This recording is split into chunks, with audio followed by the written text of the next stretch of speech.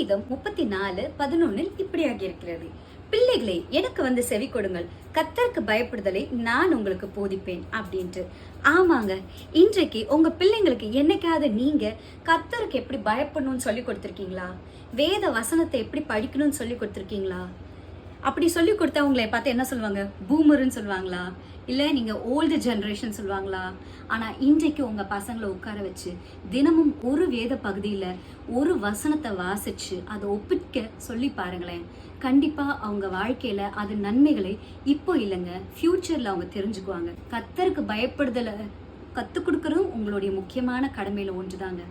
பிள்ளைகளுக்கு நீங்கள் போதிக்கும் பொழுது அதனுடைய ஆசீர்வாதங்களை அவர்கள் மாத்திரம் இல்லைங்க, நீங்களும் கற்றுக்கொள்வீர்கள்.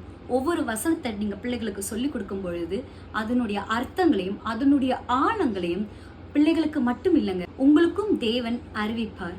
அந்த அறிவின் நிமித்தம் உங்களுடைய பிள்ளைகள் முதிர் வயதிலும் கனி தந்து புஷ்டியும் பசுமையா இருப்பார்கள். என்ன விதமான கனின்றீங்களா? கண்டிப்பா வேதத்துல இருக்க அத்தனை கனிகள் நிறைந்த ஜீவியத்தை உங்க பசங்க இருப்பாங்கங்க.